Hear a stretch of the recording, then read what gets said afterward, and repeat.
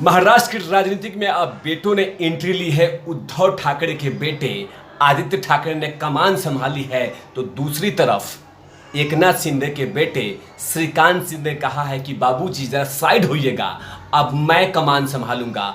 जो हमला हुआ है उसका जवाब तो दे दूं, क्योंकि हिसाब चुकता करना पड़ेगा। क्योंकि जिस तरह से आप पे हमला हो रहा है उसका जवाब अगर नहीं देंगे तो जनता क्या कहेगी कि पिता के ऊपर में हमला हो रहा है और श्रीकांत शिंदे चुप हैं।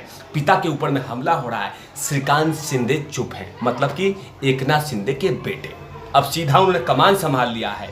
आज जो हमला हुआ था, जो बातें कही गई थी, जो कटाक्ष किए गए थे, उस पर अब श्रीकांत शिंदे ने जवाब देना शुरू कर दिया है और कहा है कि जरा तरीके से रहिए और सलीके से रहिए। बहुत हुआ अपमान पिता का, अब बर्दाश्त नहीं की जाएगा। इसी के एपिसोड में चर्चा करूंगा कि श्रीकांत शिंदे जो फॉर्म में आए हैं और संजय राउत को जवाब दिया है, इसके बारे में पूरी चर्चा करूंगा। और साथ में बता दिया है कि बाला साहब ठाकरे के हम भक्त हैं और हमें किसी से डरने की जरूरत नहीं है। नमस्कार, आप देख रहे हैं तिवारी भैया, मैं हूं वेद प्रकाश।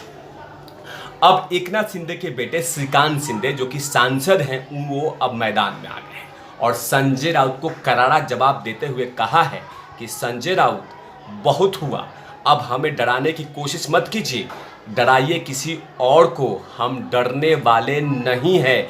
याद रखिए, जिस तरह से आप बोलते हैं कि हम बाला साहब के सैनिक हैं, तो हम भी बाला साहब के सैनिक हैं।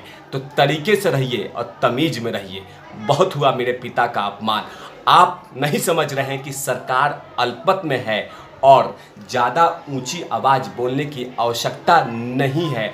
बहुत ऐसी बातें कही है और कहीं ना कहीं उनको सिखा दिया है कि आप लिमिट में रहिए, क्योंकि आप ज़्यादा उड़ने की आवश्यकता मत कीजिए, क्योंकि आपने मेरे पिता के ऊपर में बहुत सारे कटाक्ष किए हैं, इसी की बारे में कटाक्ष किए हैं। अब जवाब मेरा सुनिए।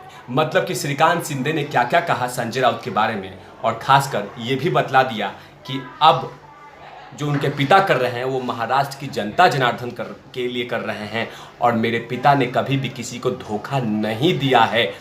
मेरे पिता जो कुछ कर रहे हैं वो महाराष्ट्र की जनता जनार्दन के लिए कर रहे हैं। मेरे पिता महाराष्ट्र की जनता जनार्दन को धोखा नहीं दे रहे हैं। आखिरकार और भी क्या क्या बातें कहा, ये बतलाना बेहद आवश्यक होगा। श्रीकांत शिंदे ने कहा कि शिवसेना तो बाला साहब ठाकरे की है और लड़ाई हमारी अब कोर्ट में पहुंच गई है। उन्होंने हिंदुत्व और बगावत करने के सवाल पर जवाब देते हुए कहा कि शिवसेना एक हिंदुवादी पार्टी है और एकनाथ शिंदे ने हमेशा राज्य के हित में काम किया है और बगावत करके भी उन्होंने एक बार राज्य हित में ही काम किया है। कहीं पे भी कोई अपने हित में नहीं और परिवार हित में काम नहीं किया है। उन्होंने जो कुछ किया है वो राज्य हित में काम किया है। वो कहीं पे कोई हाईजेक नहीं कर रहे हैं और पद की लालसा नहीं है। साथ में कहा है श्रीकांत शिंदे ने संजय राउत को कि वो धमकियां किसी और को देंगे, यहाँ पे धमकियां नहीं चलेगी। हम धमकियों से डरने वाले नहीं हैं। आने वाले समय में राज्य की जनता संजय राउत को जवाब दे देगी। याद रहे कि आप यहाँ पे धमकियाँ मत दीजिए, यहाँ धमकियाँ नहीं चलने वाली है, क्योंकि राज्य की जनता जनार्दन संजय राउत को जवाब दे देगी। मतलब कि उनके बेटे ने कहा है कि संजय राउत, आप अब मेरे पिता को धमकी देना बंद कीजिए। मेरे पिता ने जो कोई फैसला किया है वो महाराष्ट्र की जनता जनार्दन के लिए किया है। और साथ में कहा है कि अब आगे आपको जनता जनार्दन इसकी जवाब देगी। आगे श्रीकांत शिंदे कहते हैं कि शिवसेना बाला साहब ठाकरे की विचारधारा पे चल रही है। शिंदे के समूह में शामिल होने वाले किसी भी विधायक ने ये नहीं कहा कि हमने शिवसेना छोड़ दिया है। सभी यही कह रहे हैं कि हम शिवसैनिक हैं। संजय राउत को सोच समझ कर बोलना चाहिए। महाराष्ट्र की जनता जनार्दन सब कुछ देख रही है। ऐसा बयान तब दिए जाते हैं जब कोई किसी के व्यक्ति के पैरों के नीचे रेत खिसकना शुरू हो जाती है। आने वाले भविष्य में जनता को जवाब दिया जाएगा। भविष्य में जनता उनको जवाब देगी। राउत के मुंह से निकलने वाली किसी भी बात का जवाब देने में मेरी दिलचस्पी नहीं है, लेकिन अगर संजय राउत को ईडी ने तलब किया है तो मैं उनको शुभकामनाएं देता हूं। जाहिर सी बात है, उनको जले पे नमक छिड़क दिया है श्रीकांत शिंदे ने, क्योंकि आने वाले कुछ दिनों के बाद संजय राउत को ईडी ने बुला लिया है और जैसे ही ईडी ने बुलाया है उसके बाद संजय राउत कह रहे हैं कि हम झुकने वाले नहीं हैं, हमें गोली मार दो, दफना दो, कुछ भी कर दो, हम झुकने वाले नहीं हैं। मैं ईडी के एजेंसी से नहीं दबूंगा, मैं भागूंगा नहीं, मेरा शिवसेना में जन्म हुआ है, मैं शिवसेना के लिए मरूंगा। ये तमाम बातें कह रहे हैं कि अगर मुझे केंद्रीय एजेंसी कितना भी परेशान कर ले, मैं शांत, मैं डरूंगा नहीं, मैं झुकूंगा नहीं। जिस तरह से 40 विधायक भाग गए हैं, मैं वैसे भागूंगा नहीं।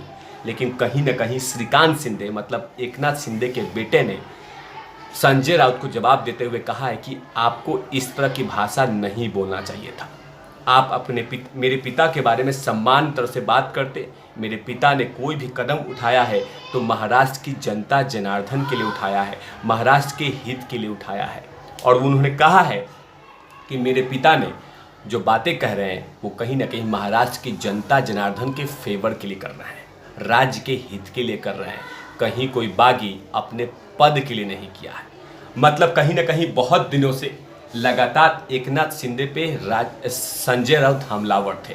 वो सोच रहे थे कि मैं लगातार बोलूँगा और संजय राउत, मैं लगातार बोलूँगा और कोई कुछ नहीं कहेगा। एक तरफ संजय राउत को एकनाथ शिंदे जवाब तो दे ही रहे थे, लेकिन अब उनके बेटे ने सीधे तौर से खुली चुनौती दी है। दूसरी तरफ उद्धव ठाकरे के बेटे आदित्य ठाकरे कह रहे हैं कि जो कुछ हो रहा है वो बिल्कुल सर्कस और ड्रामा चल रहा है, ये सब कुछ सही नहीं हो रहा है।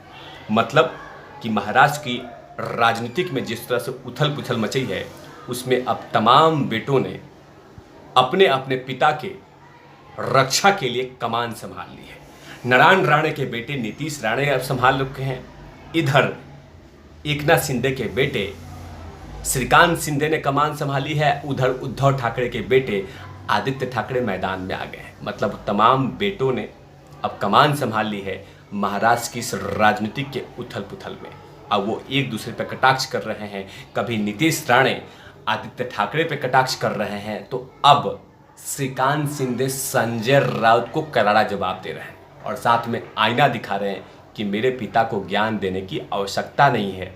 मेरे पिता ने अगर विद्रोह किया है, अगर बागी बने हैं, तो वो भी जनता के हित के लिए, और ये आवश्यकता थी क्योंकि लड़ाई विचारधारा की है। अब देखना होगा कि आगे क्या होता है, लेकिन फिलहाल कहीं ना कहीं अब आने वाले कुछ दिनों के बाद किसकी सरकार बनती है, लेकिन संजय राउत चारों तरफ से घिरे हुए हैं। अब ईडी जैसे बुलाई है, ईडी के कारण ज़्यादा ही तिलमिलाए हुए हैं और भड़के हुए हैं और केंद्र सरकार को लगातार आंखें दिखा रहे हैं कि मैं झुकूंगा नहीं। लेकिन जैसे ही ईडी सवाल पूछेगी तो इनका जवाब कुछ और ही होगा, क्योंकि बहुत बड़ा स्कैम को लेकर ईडी इनसे पूछताछ करने वाली है। तब तक के लिए आप देखते रहिए तिवारी भैया। मैं हूं वेद प्रकाश, कैमरामैन ध्रुव लाठी के साथ। Over out लवीस।